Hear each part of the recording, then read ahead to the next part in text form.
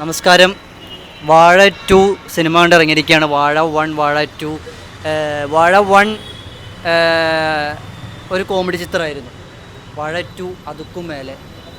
പിന്നെ വാഴ 2 എന്ന് ചോദിച്ചു കഴിഞ്ഞാൽ കോമഡി, ഇമോഷണൽ, ഭയങ്കര കുറേ സാധനങ്ങളുള്ള കുറേ കാര്യങ്ങൾ അടങ്ങിയ ഒരു സിനിമയാണ് ഇത് കുറേ സസ്പെൻസും കാര്യങ്ങളൊക്കെ ഉണ്ട്. പക്ഷെ അത് നമുക്ക് പുറത്ത് പറയാൻ പറ്റില്ല. കാരണം നിങ്ങൾ പോയി കാണണം എന്നിട്ട് വേണം അത് അഭിപ്രായം പറ്റുള്ളൂ.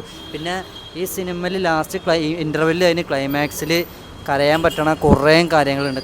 കരഞ്ഞു പോകുന്ന പറഞ്ഞാൽ കരഞ്ഞു പോകും. കാരണം അത്രയ്ക്ക് നമ്മുടെ മനസ്സിൽ ടച്ച് ചെയ്യും. ഞാൻ കരഞ്ഞു പോയി ഗൈസ്.